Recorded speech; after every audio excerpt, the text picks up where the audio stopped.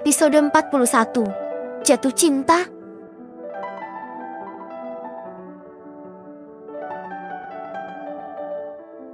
Dua penjaga itu saling memandang. Mereka memang ditugaskan untuk menjaga setiap orang agar tidak bisa masuk sesuka hati ke kediaman itu. Biasanya tidak seketat ini. Tapi karena masalah Anjani kemarin membuat Kelvin harus ekstra kerja keras agar tidak sembarangan orang bisa masuk. Aku hanya ingin bertemu dengan Nona Rea. Apakah ada di dalam? Tanya Anjani saat kedua penjaga itu saling pandang dan tidak menjawab. Maaf. Tidak ada yang boleh masuk ke dalam tanpa seizin Tuan Ken. Jadi sebaiknya Anda pergi dari sini. Anjani membelalakan matanya tidak percaya jika dia diusir dari kediaman Kenjo. Siapa kalian main musir-musir? Asal kalian tahu, aku ini adalah orang yang paling disayangi oleh Tuan Ken, dan kalian berdua bisa dipecat kalau sampai memperlakukanku seperti ini, seru Anjani menunjuk dua penjaga itu. Tapi kami memang ditugaskan untuk tidak sembarang menyuruh masuk orang. Jadi sebaiknya Anda segera pergi dari sini sebelum penjaga yang lain menyeret Anda. Anjani terkejut ketika tiba-tiba ada 4 orang berbadan besar datang dari arah belakang. Sial, sekarang penjagaan di rumah Kenjo semakin ketat. Aku harus pergi kalau gak mau diseret oleh mereka. Batin wanita itu. Baiklah, aku akan pergi. Tapi kalian harus ingat jika aku dan Tuan Ken kembali bersama maka kalian aku pastikan akan dipecat dari pekerjaan kalian. Seru Anjani. Kemudian dia kembali menaiki motornya dengan perasaan marah. Di sisi lain, Kelvin yang mengetahui kabar dari para anak buahnya semakin menggelengkan kepala melihat tingkah laku wanita itu. Sungguh dia tidak mengerti kenapa Kenjo seolah membuka celah untuk Anjani masuk ke dalam kehidupannya lagi. Tadi anak buahnya sudah memberi informasi jika ada seorang wanita yang mencari Rea dan Kelvin tahu siapa wanita itu, Larasati Anjani. Wanita yang memiliki niat terselubung dan bahkan berani mencari Rea ke rumah, sungguh tidak punya malu. Kelvin, aku mau tanya, berikan aku saran bagaimana caranya mengungkapkan perasaan pada seorang wanita. Tanya Kenjo tiba-tiba. Kelvin yang tengah sibuk menyetir dan menduga-duga tentang Anjani sedikit terkejut dengan pertanyaan.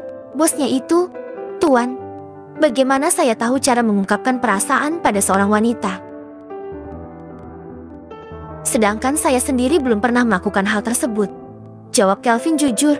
Di usianya yang menginjak 35 tahun, Kelvin sama sekali tidak memiliki kekasih atau tambatan hati sejak 10 tahun yang lalu. Hidupnya hanya seputar kerja dan Kenjo. CK, bukankah kamu bisa nyari di internet? Coba cari dan pelajari. Nanti beritahu aku. Muncul sudah sifat penyuruh, Kenjo. Padahal dia sendiri bisa melakukannya. Baik Tuan, tapi pesan saya sebelum Tuan menyatakan perasaan, Tuan harus mengetahui gengstur wanita itu. Apakah menyukai Tuan atau tidak? Takutnya nanti Anda ditolak bagaimanakah? Kenjo tiba-tiba berpikir, benar juga ya. Apa Rea memiliki perasaan yang sama dengannya? Dia ingin sekali tahu perasaan Rea padanya seperti apa. Padahal selama ini Rea selalu menurutinya karena takut akan perintahnya. Bagaimana caranya biar aku tahu? Kenjo benar-benar sudah lupa dengan yang namanya cinta. Sehingga dia tidak bisa memperlakukan romantis seperti di drama terhadap wanita yang dia sukai. Baginya melihat Rea yang ada di dekatnya saja sudah cukup. Mana bisa dia tidak bermanja dengan Rea? Tapi kalau menyenangkan hatinya dan untuk mengetahui perasaan Rea, Kenjo tidak tahu. Dia bahkan terlalu gengsi hanya untuk bertanya pada gadis itu. Takutnya malah ditertawakan. Tuan, sebelumnya saya mau tanya. Apakah perasaan Anda benar-benar cinta atau hanya obsesi? Tanya Kelvin. Aku yakin kalau aku jatuh cinta padanya. Kelvin, aku merasa tidak ingin menyakitinya. Bahkan aku menurut saat dia tidak ingin kusentuh. Melihatnya sakit dan terluka itu akan membuatku sakit juga. Aku tidak suka dia dekat dengan laki-laki lain. Setiap bersamanya aku merasa nyaman dan bahagia. Meskipun kami tidak melakukan apa-apa, hasratku seolah sirna tergantikan dengan kelembutan wajahnya. Aku mencintainya bukan karena nafsu, tapi aku mencintai dari hati. Jelas Kenjo panjang lebar. Rea melihat notif di layar ponselnya. Matanya menyipit saat melihat nama yang tertera. Tuan Ken. Rea membuka pesan. Itu, nanti kamu siap-siap. Setelah pulang kerja ikut aku.